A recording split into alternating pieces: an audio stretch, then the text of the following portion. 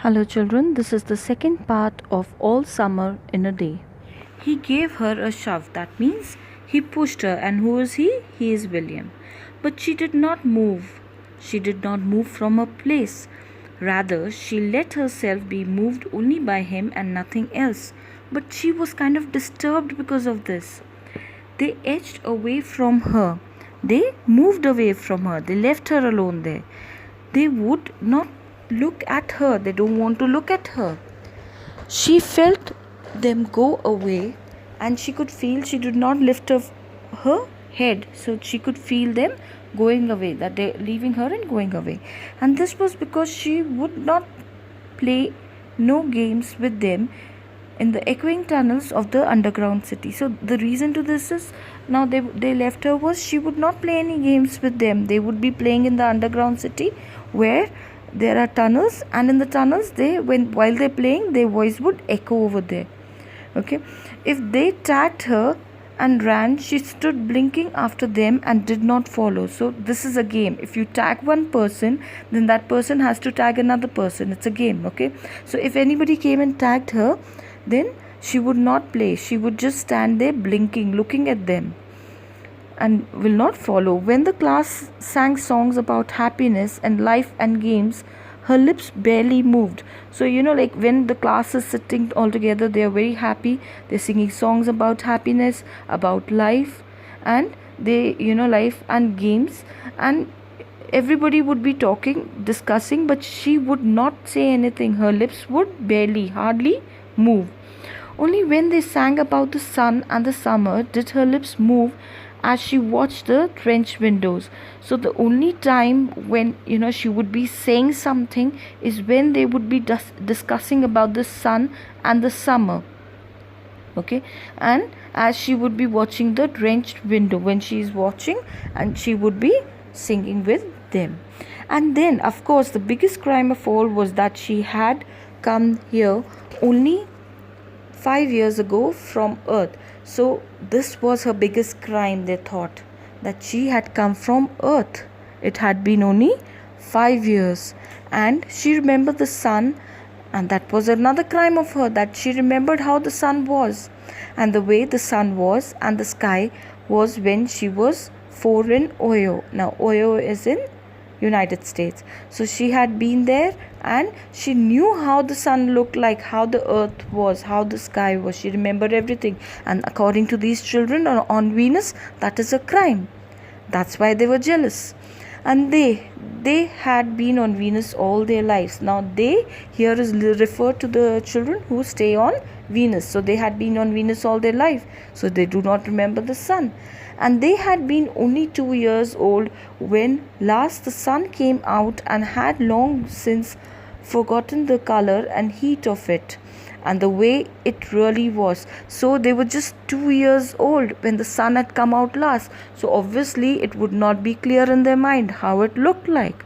Okay, but Margot remembered. Now the difference between these children and Margot was that she remembered how it looked like, because she was 4 years old when she had left Earth.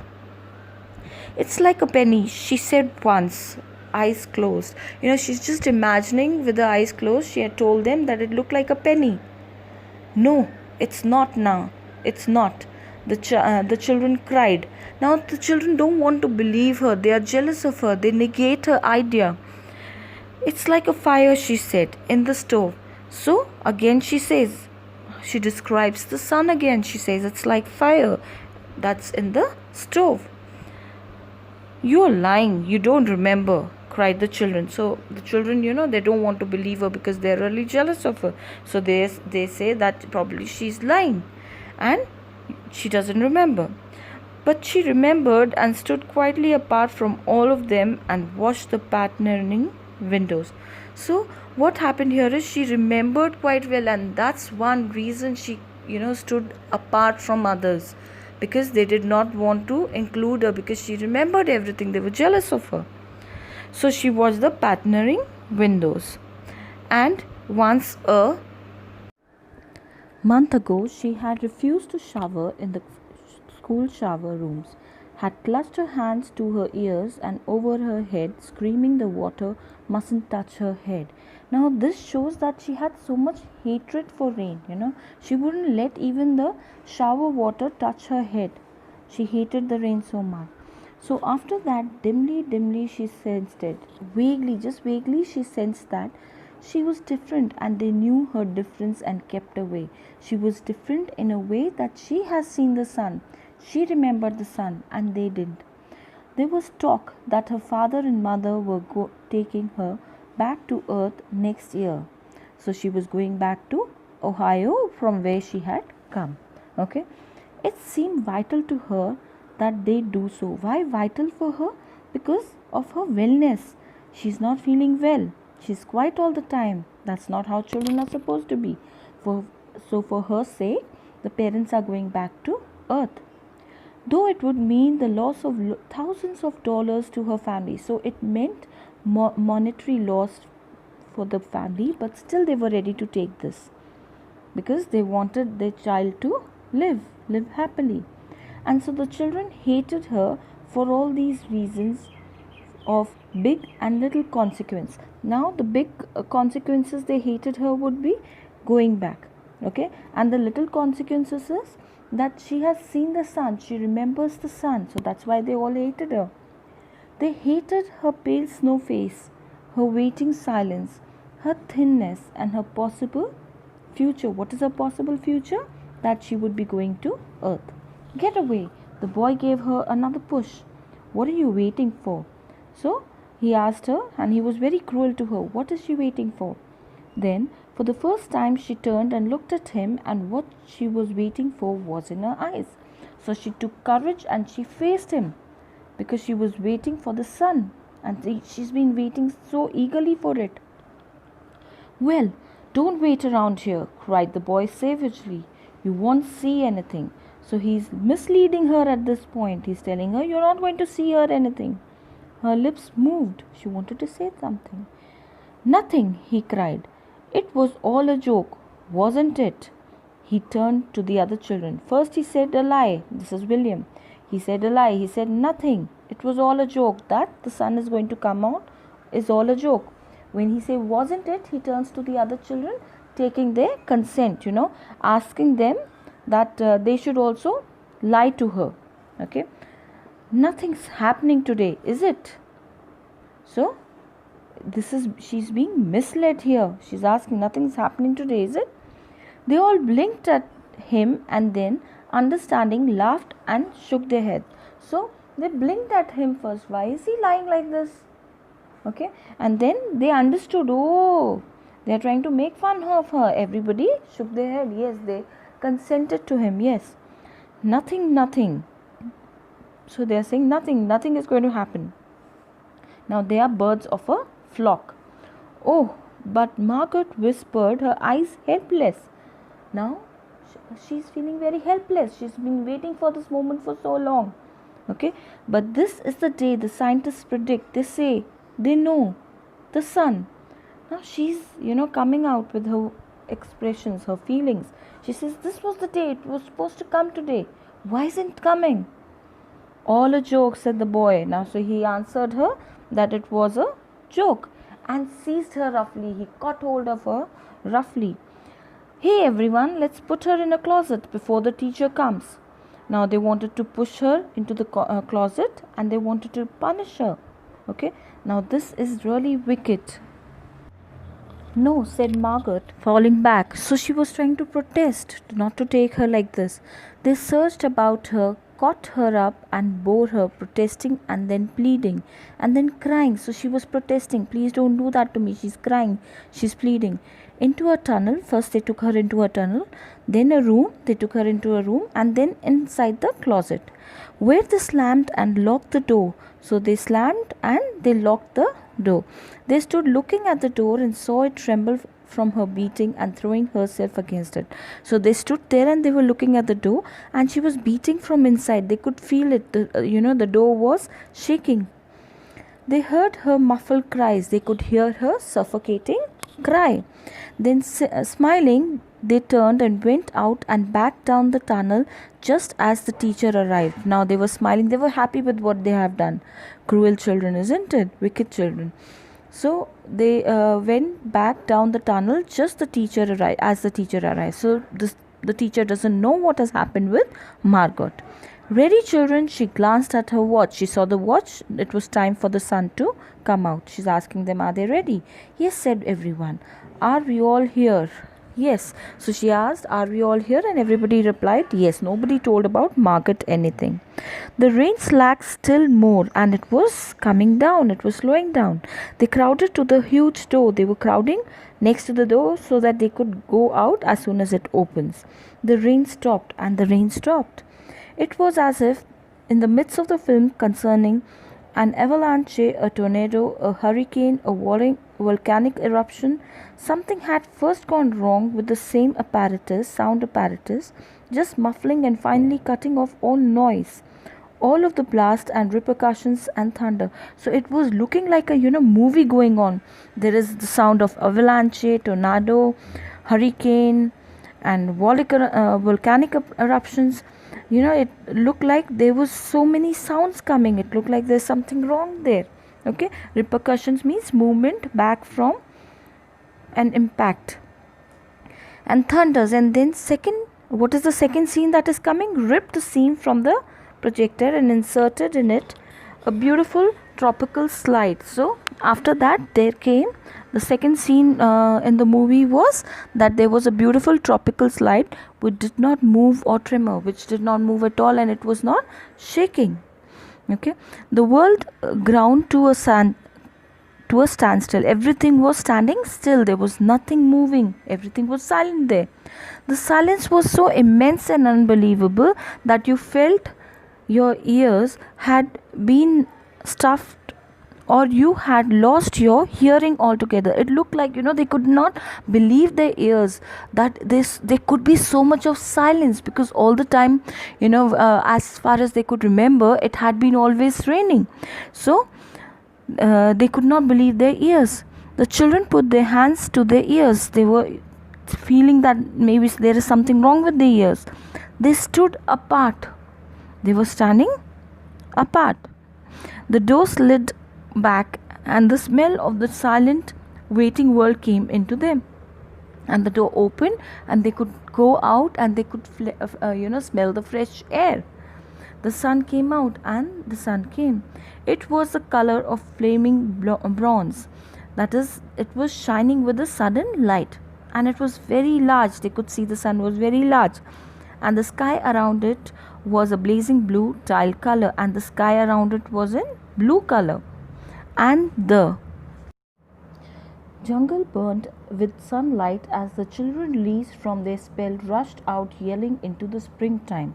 And they were released, they've been released from a spell. They started shouting, they started yelling, okay, as though they have been released, free from their confinement. Now don't go too far, called the teacher after them. So the teacher was worried about their safety. Okay, so she said, don't go too far. You have only 2 hours, So maybe now they are saying it's 2 hours. Before they said it was 1 hour. So now she has got maybe some message that it's going to be for 2 hours.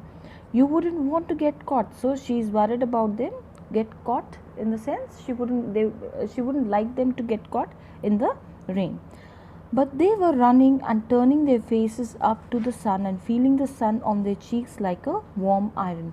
So they are running here and there, and they are facing the sun, and they're feeling it on their face. It's compared to a warm iron. They were taking off their jackets and letting the sun burn their arms. So they are feeling it on their skin. Oh, it's better than the sun lamps, isn't it? So now one of them says this natural sunlight is much better than the sun lamp. Much better. The other said it's much better than what we have. They stopped running and stood in the great jungle that covered Venus. So they stopped running and they were standing there. That grew with never stopped growing tumultuously. Tumultuously means at unrest. Even as you watched it, like as you're watching it, it's growing. It was a nest of octopi. What is octopi? It is the plural of octopus. Clustering. So they, the forest has been compared to an octopus, clustering up great arms of flesh like weed. So, it has been compared to an octopus which has got 8 arms. Okay, weed, wavering, flowering in a brief spring. So that forest is wavering and it is flowering. It's growing in a brief spring. Brief here means short. It was the color of rubber and ash. Now it was not the color of green as usually we have. We have green trees because of photosynthesis. Okay, and here there is rubber. It is the color of rubber and ash. Ash is grey color. This jungle from the many years without sun. Now what is the reason? It's the color of ash, that is grey. It's because the sun was not present there. It was the color of the stones and white cheeses and ink. So all these colors were there, but green color was not there. It was the color of the moon. Moon again is, off white. The children lay out laughing on the jungle mattress. So they lay out. It was like there was thick jungle mattress. The grass here was very thick, and heard it sigh and squeal under them, resilient and alive. They could feel them. They could, trying to hear the silence. They ran among the trees. They were running around the trees. They slipped and fell. Some of them slipped and fell. They pushed each other and they were playing. Okay, they played hide and seek and tag. They played these games. But most of all, they squinted at the sun until the tears ran down their faces. Now, most of them, what did they do is they kept on looking at the sun. And if you keep looking at the sun, tears roll down your eyes. They were just enjoying it. Okay, they put their hands up to the yellowness and that amazing blueness, and they breathed of the fresh air and listened to the silence which suspended them in a blessed sea of no sound and no motion. They kept on listening to it. Listening to what?